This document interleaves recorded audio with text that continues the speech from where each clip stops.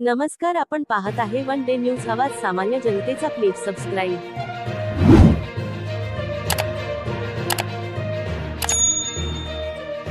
खान मेवाती हे आमचे सहकारी इथे उपोषणासाठी बसलेले आहेत. आज दिनांक 14 ऑगस्ट 2024 रोजी स्वातंत्र्य दिनाच्या पूर्वसंध्येला विषय असा आहे की डोंगरगाव ग्रामपंचायत मध्ये ज्या गोरगरीब 40 ते 50 वर्षापासून या ठिकाणी राहतात त्यांना आपल्या राहत्या जागेच्या ग्रामपंचायतीचे मोजमाप करून मालकी हक्क पत्र देण्यात यावे अशा प्रकारची मागणी त्यांची आहे.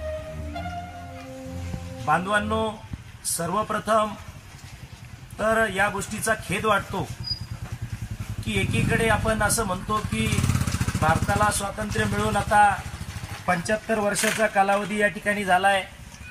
आपण सुवर्ण महोत्सव या ठिकाणी साजरा करतो आणि सुवर्ण महोत्सवामध्ये देश डिजिटल इंडियाच्या गप्पा मारतो. एकीकडे डिजिटल इंडिया, डिजिटल भारत, कौशल्य विकास, देशाची प्रगती होतीये. जगामध्ये भारत आता 3ऱ्या क्रमांकाची अर्थव्यवस्था होणार आहे. अशा प्रकारचे गवगवे मोठ्या प्रमाणामध्ये या ठिकाणी आपल्या देशात चालतात आणि त्यांना सांगितलं की अशा अशा प्रकारची परिस्थिती आहेत. आमचे सहकारी तो उपोषणासाठी बसलेले आहेत. त्यांनी सांगितलं मला याबद्दल कुठलीही माहिती मिळालेली नाही. खरं म्हणजे 5/8/2024 म्हणजे 5 ऑगस्टलाच आमच्या सहकाऱ्यांनी हे पत्र दिलं होतं आणि सांगितलं की आम्ही 14 तारखेपासून उपोषणाला त्या ठिकाणी बसणार आहोत. परंतु ही माहिती बीडीओ साहेबांपर्यंत सुद्धा अजूनपर्यंत पोहोचलेली नाही. आणि मग किती मोठं दुर्दैव आपल्या देशाचं या ठिकाणी म्हणावं लागेल. एकीकडे स्वातंत्र्याच्या पूर्वसंध्येला, स्वातंत्र्य दिनाच्या पूर्वसंध्येला आमचे बांधव इथं उपोषणाला बसू लागले आणि प्रशासन त्यांची यत्किंचितही त्या ठिकाणी दखल घ्यायला तयार नाही.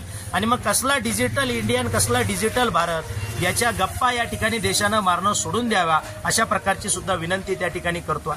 त्यामुळे मी प्रशासनाला या ठिकाणी विनंती करतोय आपल्या या व्हिडिओच्या माध्यमातून की प्रशासन मंडळींनी तात्काळ इथे येऊन आमच्या या सहकाऱ्यांच्या ज्या काय मागण्या असतील त्या मागण्यांवरती त्या ठिकाणी विचार विनिमय करावा, त्यांच्याशी त्या ठिकाणी बातचीत करावी, त्यांच्यावरती काय तुम्हाला तोडगा काढता येईल त्या संदर्भात त्यांच्यावरती तोडगा त्या ठिकाणी करावा.